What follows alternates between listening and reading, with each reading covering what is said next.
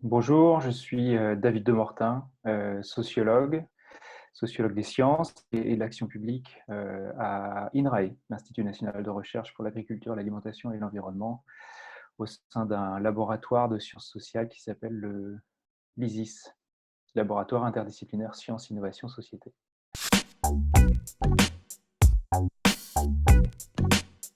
L'action publique en matière de santé environnementale, elle est très largement cadrée par ce qu'on appelle dans les années 80 à l'Agence environnementale américaine le Chemicals of the Month syndrome, c'est-à-dire la surfocalisation dans l'espace public, mais aussi à l'agence et également des lois sur des substances chimiques prises indépendamment les unes des autres.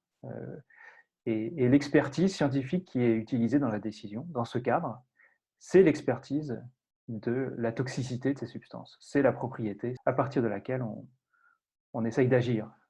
Et dans ce cadre, l'expertise en matière d'exposition qui est utilisée, c'est une expertise relativement sommaire par rapport à ce que deviendra la science de l'exposition en termes de données utilisées, en termes de modèles, en termes d'impact sur la décision. L'expertise expologique est une expertise secondaire, auxiliaire ou indexée au calcul des doses pour l'évaluation des risques.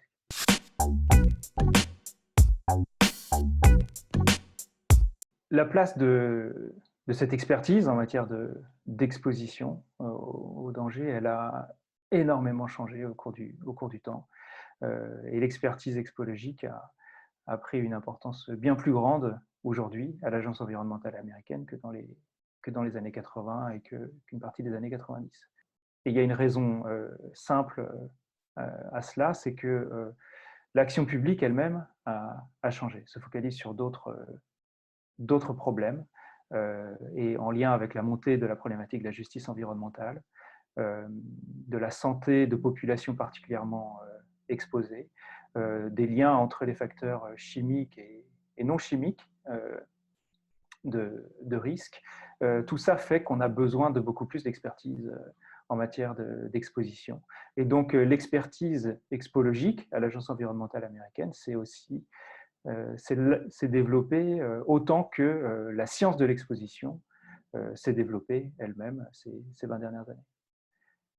Pour autant, elle fait face à certaines limites et les lignes directrices, les documents clés pour savoir comment on traite des situations de multi-exposition à l'Agence environnementale américaine n'ont toujours pas été adoptés 15 ans après leur mise en chantier. Et les années de présidence Trump n'ont évidemment pas facilité, n'ont pas fait avancer les choses en matière d'expertise sur des situations d'exposition complexes et la multi-exposition.